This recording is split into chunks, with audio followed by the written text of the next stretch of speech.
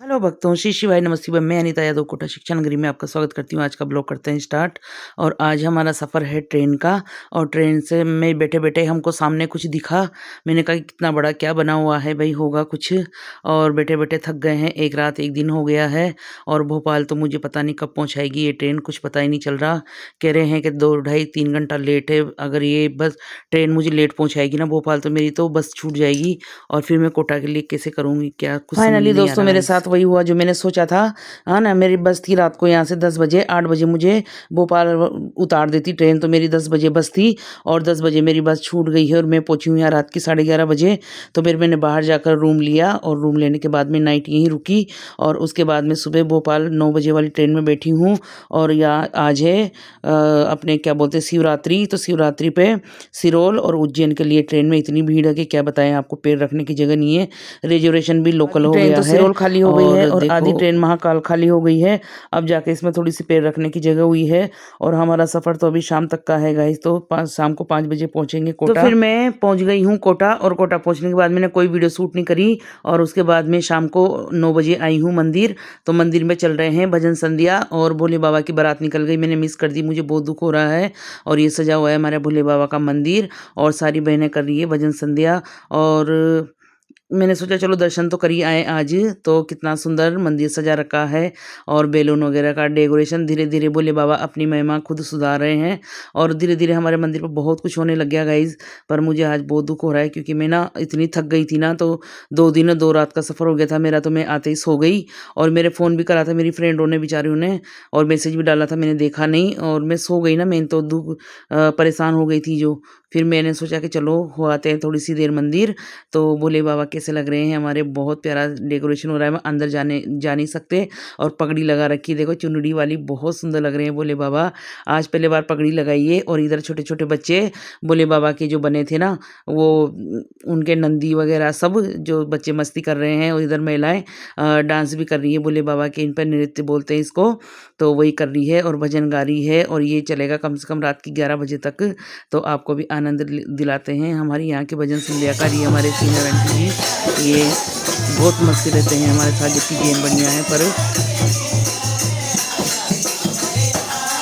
आज भोले बाबा ने हमको अंदर प्रवेश नहीं दिया है कि बाहर खड़े रहो और सजा भोगो। तो भाई बाहर खड़े हुए हैं और महाशिवरात्रि का कीर्तन चल रहा है। अभी संध्या खत्म होने के बाद सब महिलाएं बातें करने लगी है। और भोले बाबा देखो कितने प्यारे लग रहे हैं, मन कर रहा है इनको बस कैच करते रहो मोबाइल में। और अब इनकी बातें डिस्कस चल रही है इधर। ये 11 और कीर्तन खत्म हो गया है। अब चल गई है बातें भोले बाबा के, क्या सामान लाना है क्या नहीं लाना है उसके बारे में। और देखो बहुत सुंदर लग रही है हमारे भोले बाबा। हम पास नहीं जा सकते आज, हमारी किस्मत खराब है यार, क्या करें।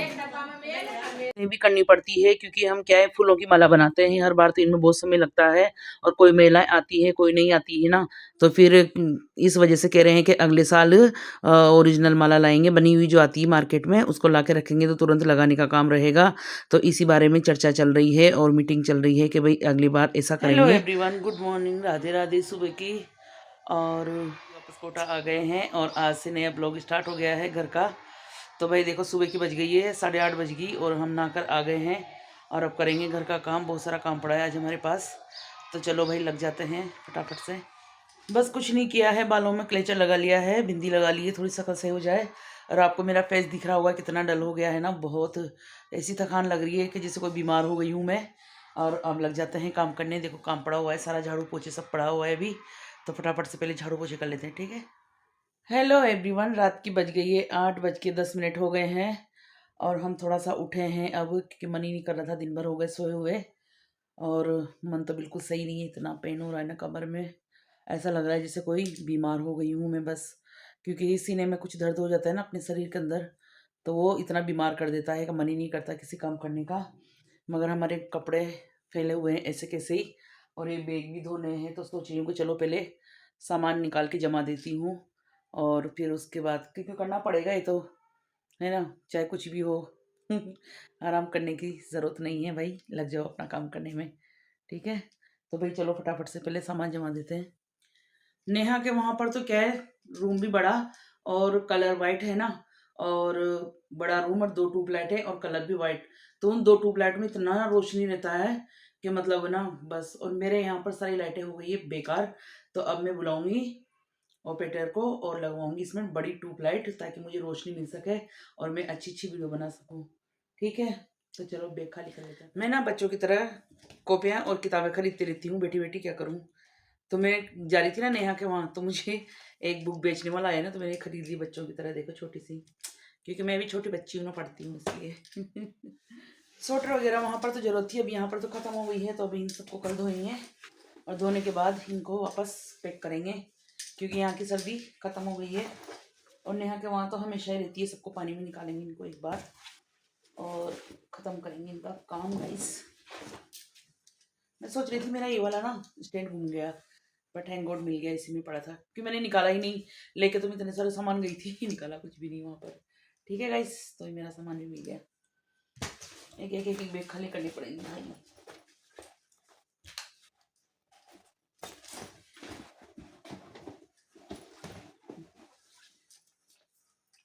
शायद नेहा के काम नहीं आ रही थी, तो मैं लिए मेरे काम आएगी शायद, पानी में डाल डाल के पियेंगे।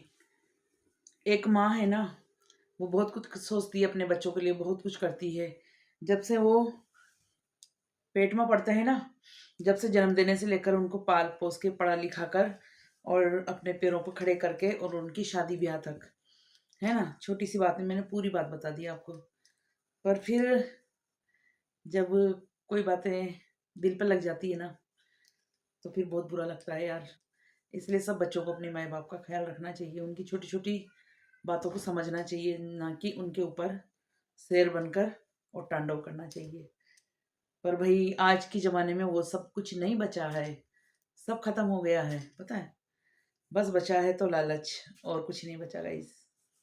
तो भाई हम अब उस दुनिया से हम भी निकल गए हैं दूर, और अब हम हमारी लाइफ जिएंगे, मैं और मेरा पति, क्योंकि मेरा पति मेरे बिना नहीं रह सकता है गाइस। बहुत बुरी हालत हो गई थी उनकी, मैं 15 दिन चली गई, तो इसलिए हम हमारा पति का ध्यान रखें। कपड़ों की ना ऐसे धोने के बाद उनको बिल्कुल ऐसे प्रेस की तरह घड़ी करो ना, तो बिल्कुल भी सल नहीं रहते हैं, लगते भी नहीं है कपड़े के प्रेस हुई कि ना हुई। और मैं ऐसे घड़ी करके रखती हूँ अपने कपड़ों को बिल्कुल प्रेस की तरह, तो उनकी जरूरत ही नहीं पड़ती कि भाई इनकी घड़ी बिना प्रेस के हो रही है कि प्रेस के हो रही है ना। तो भाई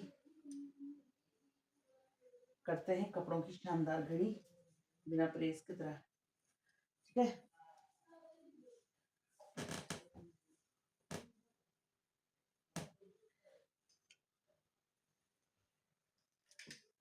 इंसान कभी वो नहीं सोचता है ना जो हो जाता है, और जो हो जाता है वो कभी सोचता नहीं है।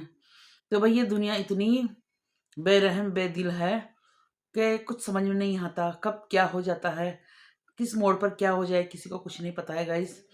तो अपनी लाइफ ऐसे जिए कि लोग याद करें बस।